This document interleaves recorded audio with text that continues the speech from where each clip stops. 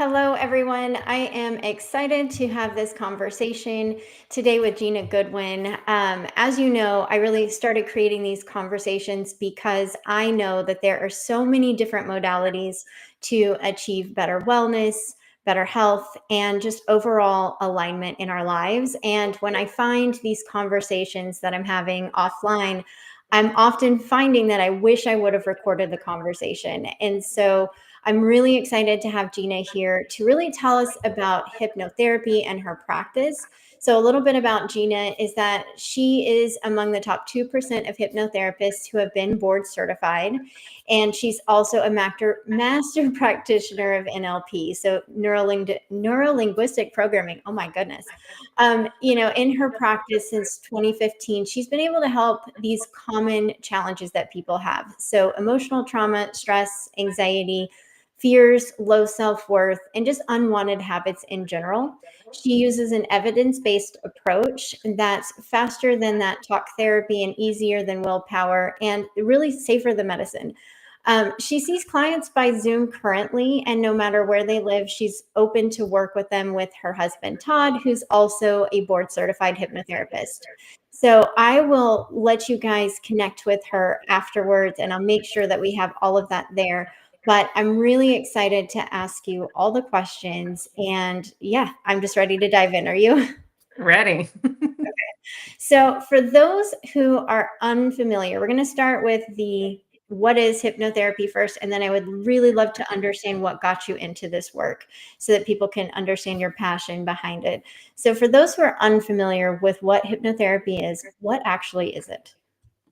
Okay, so there's basically two parts I'd like to discuss about that. So, the state of hypnosis, like what it actually feels like, is basically a relaxed state of concentration or focus that facilitates new learning. So, you can learn and unlearn things very, very quickly, including limiting beliefs, behaviors, bad habits. These are all learned, you're not born with them. Mhm. So, as quick as the mind learned to do that to help you feel good or feel safe, Mhm. the mind can also unlearn it just as quickly through hypnosis and that hypnotic state, and then relearn faster and better ways to help you feel safe, to help you feel secure, to help you feel good. That works faster and better than what you've been doing. Mhm. Um, you're awake, you're relatively aware, you retain full control of yourself. And then I'll tell you what it's not. It Yeah. is not scary. It's not sleep. It's not mind control. You can't get stuck in hypnosis. And a hypnotist cannot make you say or do anything against your will. Yeah, So, I think that it's aside. I'm so glad you mentioned that because, we had all these movies and I think even cartoons maybe potentially that like told us that hypnotherapy basically they could snap their fingers, you'd be out, you go eat an orange out of your refrigerator, like something random like that. And or that they could do it all the time. And so I'm really glad that you're breaking down that barrier behind what it actually is, because I think that there are so many misconceptions behind the practice itself and the true power of our mind and being able to really integrate back into a new understanding. So, we've talked about like what it is, but when did you first like tell us a little bit about your background and what got you started into this work? So, before I say that, I will also describe the process of hypnosis. So, the Mhm, first was the feeling of what it feels like. It also mhm, feels like a daydreamy, pleasant sort of feeling. And it's very relaxing. The process is with a professional hypnotist is a lot like a dance. mhm. So, there's one that leads and one that follows. The dance continues only if both people want to do it. So, all hypnosis is also self hypnosis. So I'm not doing anything to the person. I'm Mhm. guiding them. They follow and they create the experience, which means whatever they experience is right for them. Mm, And it only works with the full cooperation of the client. So, that makes sense. Well, and I think it's to me that feels so much more safe and grounding because I think often we give our power so much away. And that's why we need these different practices is to help us reclaim part of that power. So mhm. to hear you say that it's a supportive practice that is guided by what you're ready for, hopefully the listeners can hear that and feel a little bit more ease within their body about even approaching something like this. So thank you. That's really beautiful. So how I got into this was a couple different reasons, very different reasons. But the first one was um, I used to work nightlife. I worked in some nightclubs when I was younger, in my 20s. I also, from there, I went on to luxury hospitality and bartending mostly.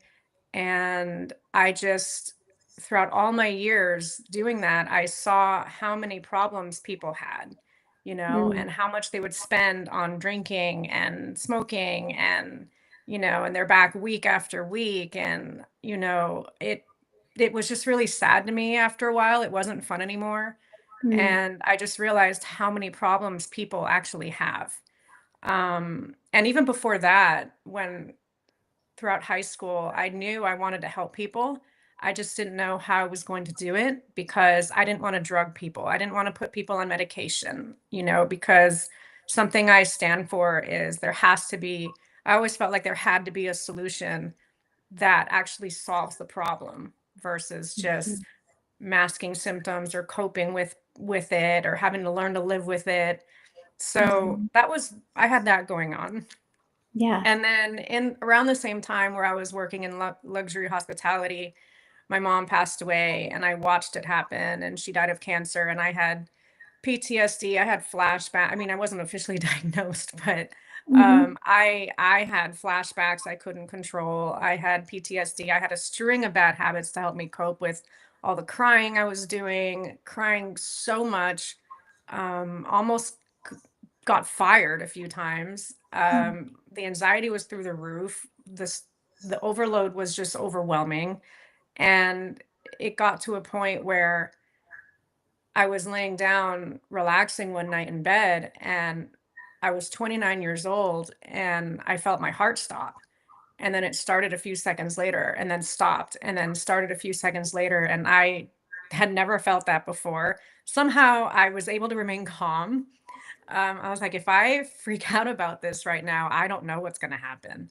So I Nice. just tried to remain calm and breathe. And then it stopped. Well, the palpitations stopped. Yeah. And that's when I knew I needed help.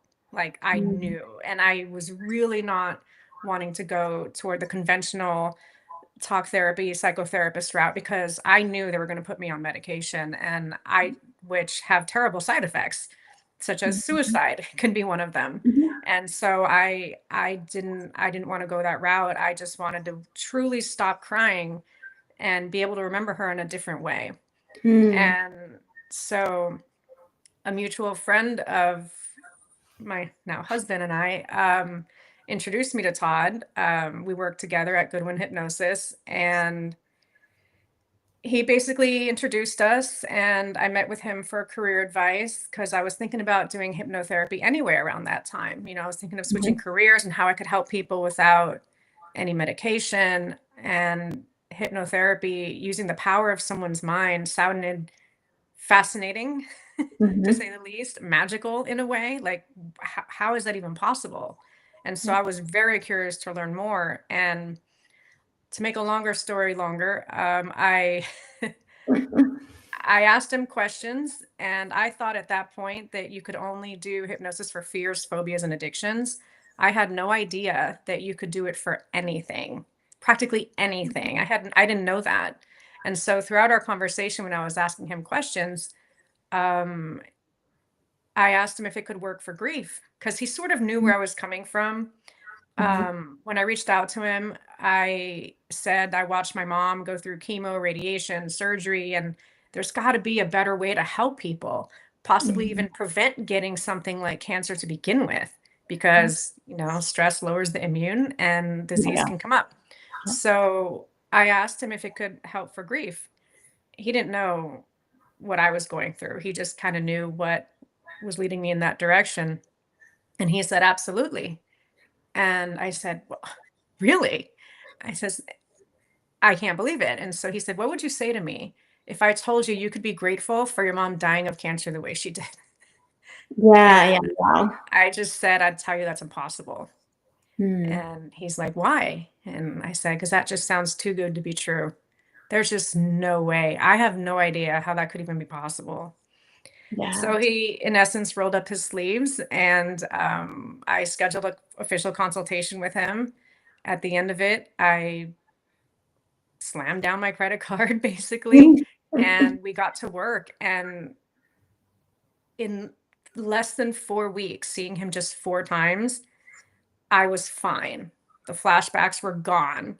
We worked on flashbacks, I think, on week 2, and within minutes they were gone and they have not come back. And that was in 2014. Wow. And I'm able to remember her as happy and healthy.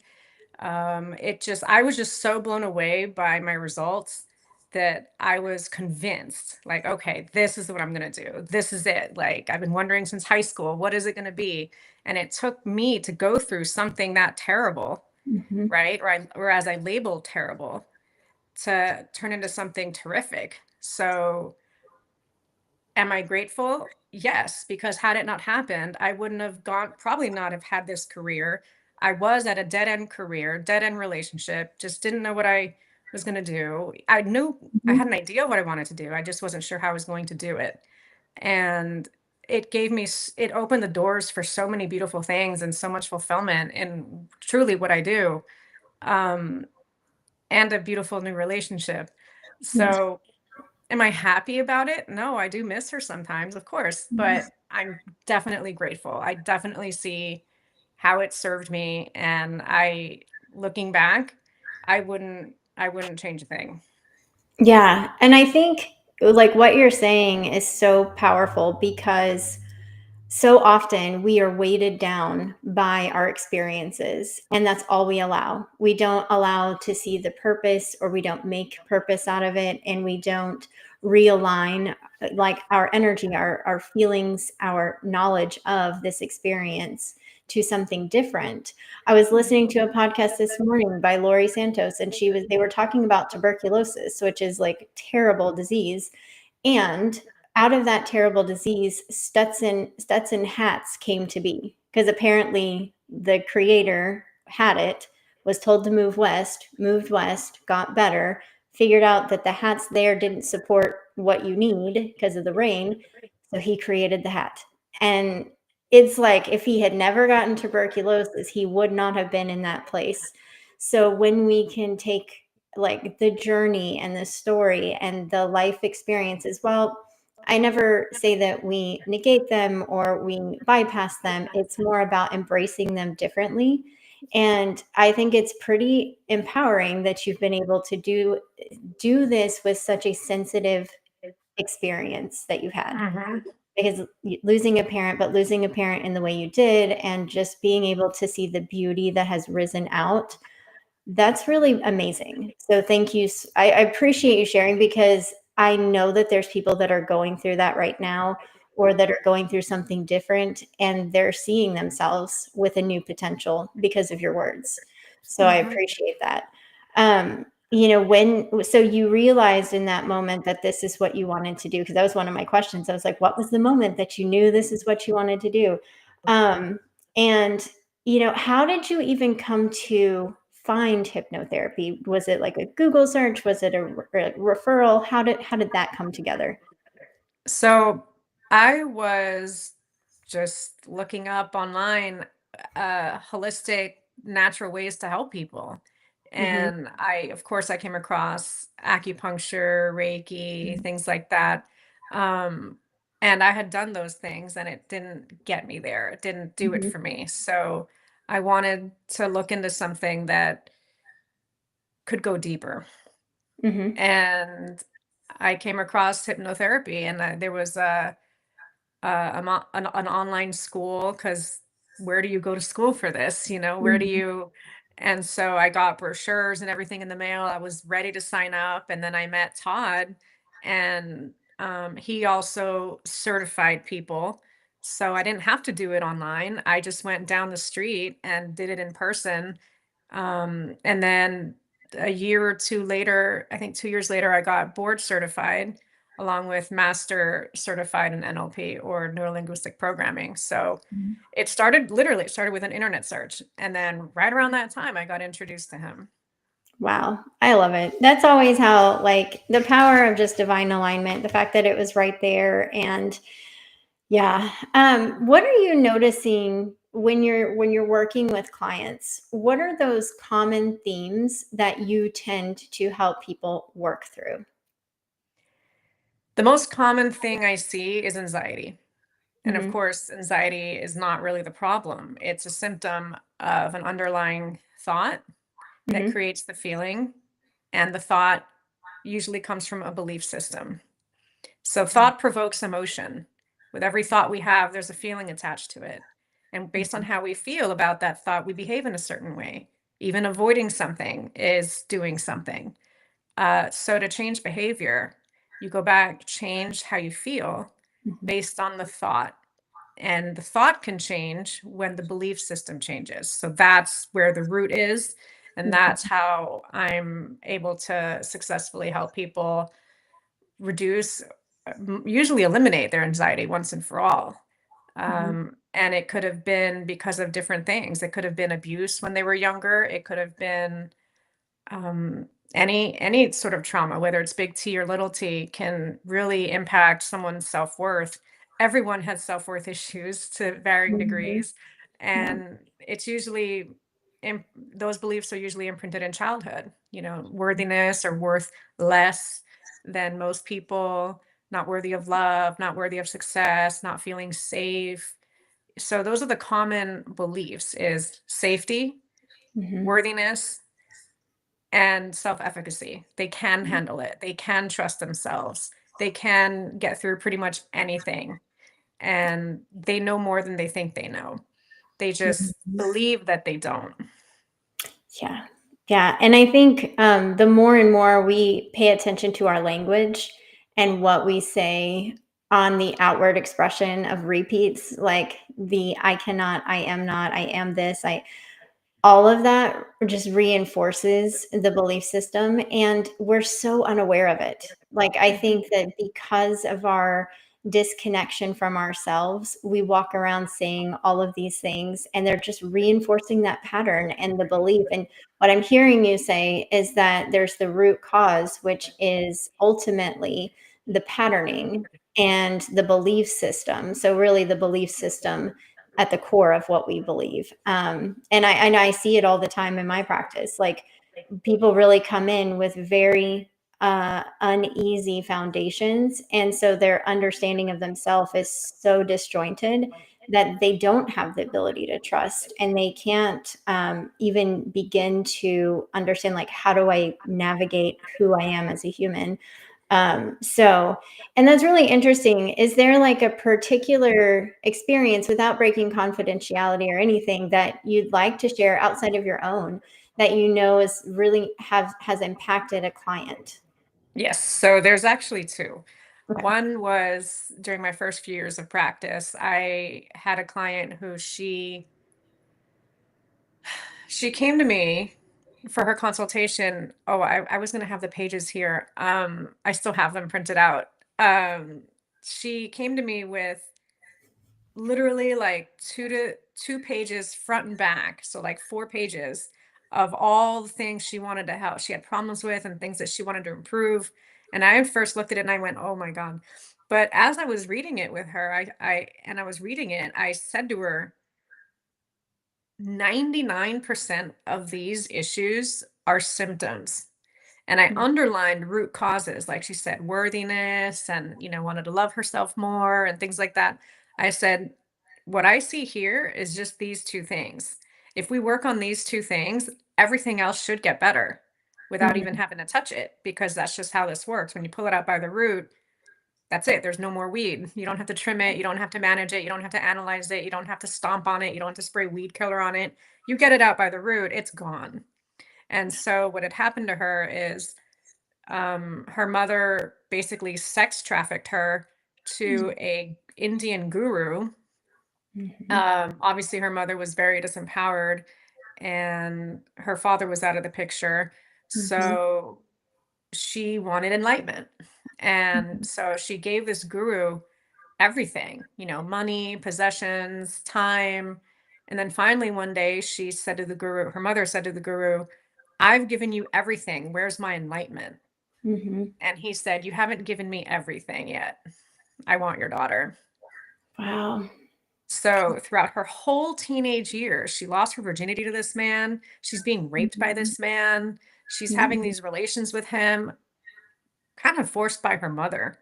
Yeah. And so, yeah, she had literally a long list of things she wanted to Mhm. improve. And so that was her trauma. But the real trauma she had was with her mother, Mhm. because her mother didn't keep her safe. She couldn't trust her mom. And if her mom was doing this, the mind makes associations to try to make sense of the world and the people in it. So it made the association that she must not be as worthy as other people if her mom's doing this to her. That means she's worth less. That means she's cheap. She's this, she's whatever. And Mhm. so this was the real problem, is what it Yeah. said about her.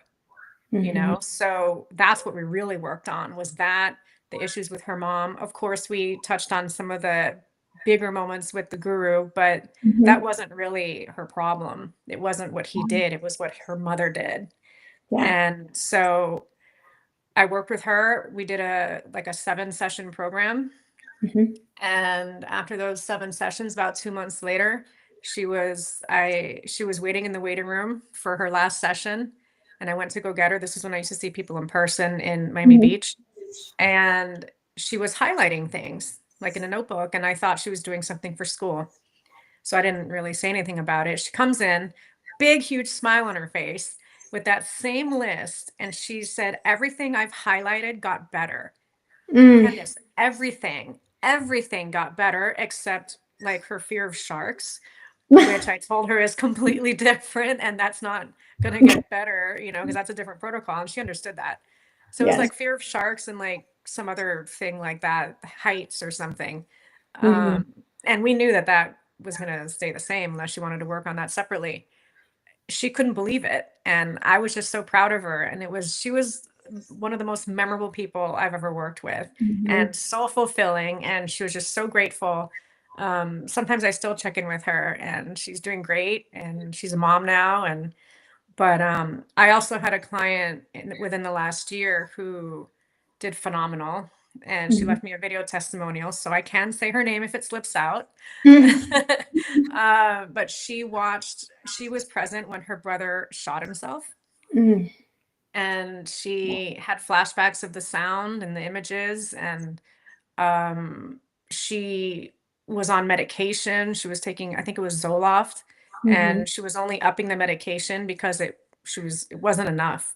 Wow. And she was her go-to was Diet Dr. Pepper, and she was drinking like Mm. 8 of them a day, Oh my gosh. which is a lot of caffeine Mhm. and frying your brain. And Mm. so she didn't want to be doing that anymore, but she felt really guilty about it because she would hide it from her husband. Like whenever he would go out, she would order it to be Wow. delivered from Walmart, and then she would hide it in places. So even he wasn't aware of how bad it was for her. Yeah. And she felt really guilty about it. Even though it's just soda, she just felt awful about it, and she really wanted to get off medication. And so um, I was able to help her. We cleared her memories within minutes. Mhm. And from one moment, she was visibly upset, and then the next moment, she was just laughing about it. And Wow. so, I like to incorporate fun when I Mhm. help my clients overcome this, because why not? Yeah, yeah. And, I'm because I've not been a crying huge about it fan. enough. And so, it's normal to feel a little discomfort, because that's a good state to be in, to work with the feeling. Mhm. And then within minutes, they're usually smiling, laughing. Sometimes they're just neutral, like unaffected by it. Like it's Yeah. not there anymore. Wow. The feeling's not there. Mhm. So um, those two were very satisfying for me. And the woman who saw her brother kill himself, he shot himself, she, throughout our sessions, each week she was able to lower her dose a little more. And she was in tears telling me how grateful she was because she never thought she'd be able to go a week without it, let alone, and then 2 weeks, and then 3 weeks, and then 4 weeks. And then she's like, I haven't touched Zoloft in a month and I feel fine. And I'm not drinking Diet Dr. Pepper. I'm not, I don't have the flashbacks anymore. I don't feel Mhm. guilty anymore. I don't regret anything anymore. She actually was able to come to a point of gratitude as well for what happened. And looking back, she wouldn't change a thing. Yeah.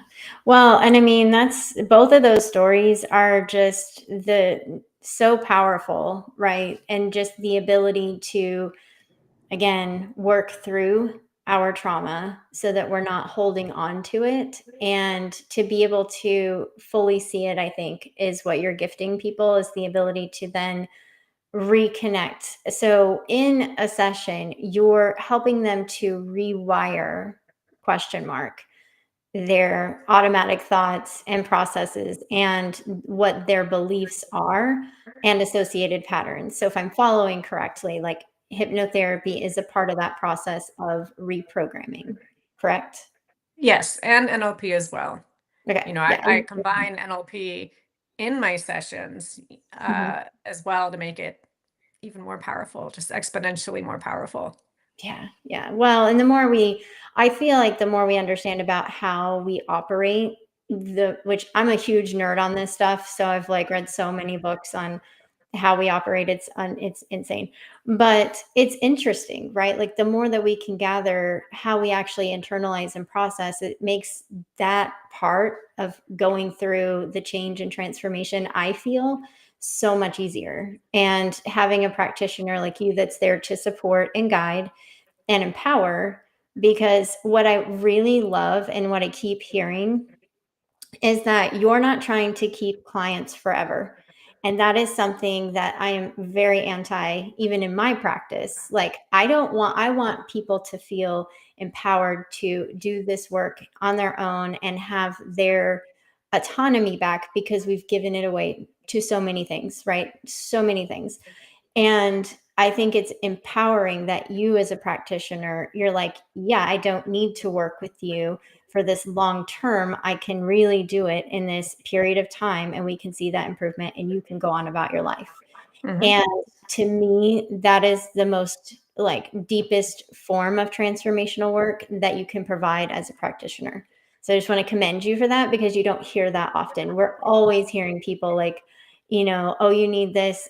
I see it in my practice. Like when people were, it's like that 8 weeks, like they can do so much in like 8 sessions. You're just blown away by it. So again, thank you for that. And, if there's one thing that you really hope that people understand and take away from the work that you're doing and hypnotherapy, what would that be? Like the biggest takeaway that you hope they gain from today? Well, I could take that a step further and say what I wish people knew. Hmm.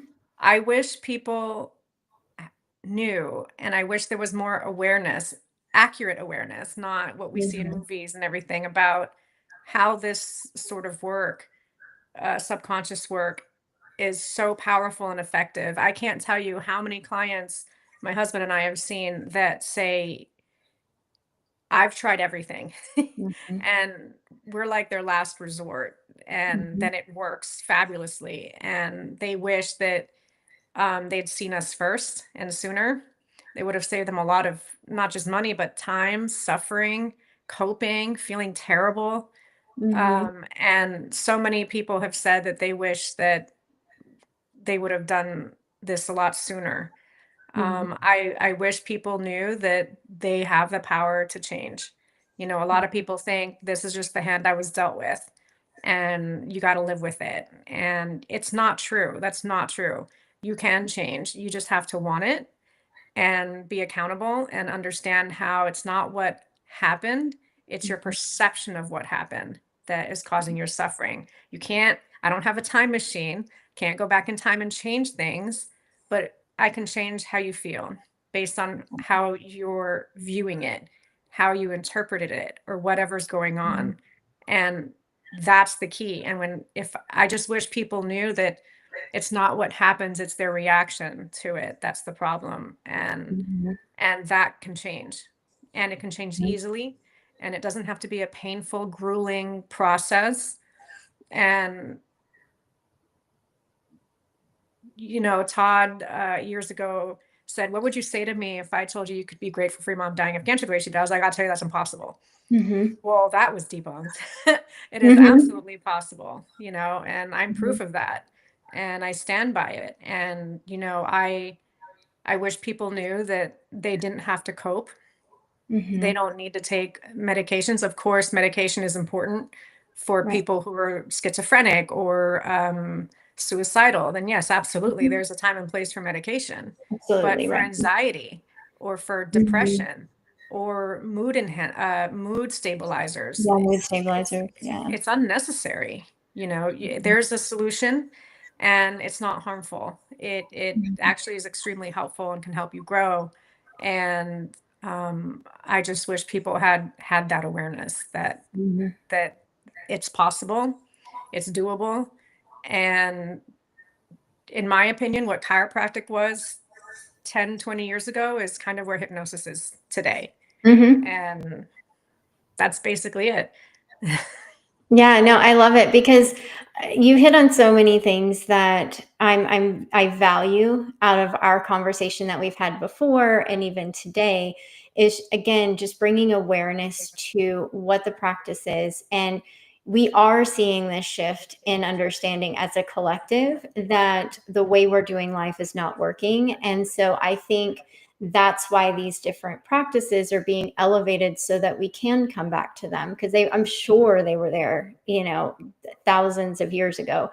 And we are waking up to remember that, again, we have choice. And like you said, our perceptions are built over time. And I mean, we are told how we should feel and react to everything in life. Like when you think about it, like that's what you made me think of is like the movies tell us how we should respond. We should, if this happens in our life, we need to cry. If this happens, we need to be angry. We are dictated on so many levels what we need to internalize and then externally like speak into existence. So man, my mind is going pretty insane right now thinking about all of it because I'm just like, wow, like Well, there's one more thing I wanted to mention, so you can give your mind a break for a moment. Yeah, you can feel it. The main reason why this kind of work that I do works so well is because the subconscious mind is where our belief system is. It's where our emotions are. It's where our habits are, our behaviors, our imagination is all in the subconscious mind. Limiting beliefs, belief system. So that's why things that people do at a conscious level, such as traditional talk therapy, self-help books, affirmations, meditating, whatever it is, only goes so far because that's not where the problem is. You can Right. identify what the problem is, but you still have a problem. Yeah. Revelation doesn't always equal resolution. Right. So the key is subconscious work. That's where things can truly shift at the root in a natural way without even really having to try to change. It just happens. And it's really cool to notice as you notice improvements every week without even having to try or using willpower. Because the problem with willpower is two things. One, it operates at a conscious level. Two, it runs out. Yeah. Well, and it's the Band-Aid, right? Like I am 1000% about understanding the root cause of why we behave a certain way, why our body's reacting a certain way, because everything is a signal. And so once we can figure out where that's lying, because I agree, like that's why I came into my practice was because the traditional things were not working and I would feel like garbage every time I would finish going in to talk about all the things. I'm like, okay, I got it. Like, I know what's going on with me. I need a solution at this point. So I love that you like remind us again that we really can do so much work when we understand where the work needs to happen. So Right. Man, okay. So if people want to connect with you, what is the best way for them to do so? Do you have a program you're launching or anything like that that you want to share? So, how people can connect with me, they can go to our website, which is Mhm. www.goodwinhypnosis.com. Mhm. They can email me at gina@goodwinhypnosis.com. As Mhm. far as programs, not at the moment, but every month we do what's called a wake up call, and we discuss subjects. Sometimes we answer questions that were submitted. Sometimes it can seem a little controversial because just based on our experience, we just know what works and the beliefs that people have that keep them stuck. And so people are more than welcome to join that. And if you're wondering if I could help you, you could go take a 1-minute survey. It's at www.goodwinhypnosis.com/survey. And if you mention warrior, you can get a deeply relaxing self hypnosis audio and an eye opening educational video. Amazing. I will make sure that this goes out in the newsletter that I provide, as well as on this live, so that people who are watching receive that opportunity. And we'll just try to make it super easy so that, yes, you guys can just go and take care of yourself. I mean, again, I call people into my inner circle, I think, because I see the power within all of us to really create change. And when we had our first conversation, that was a couple hours long, which is not uncommon for me, but like I was just amazed by the work that you're doing, your story, and the purpose that you have behind the work that you're doing. And it's coming from such a genuine heart space. And you're really trying to simplify all of this. And I love that. So again, thank you to everyone who attended. Thank you, Gina, for taking your time out. Like I know you're busy. And so I appreciate you gifting us your presence and time. And I guess we'll see you guys later.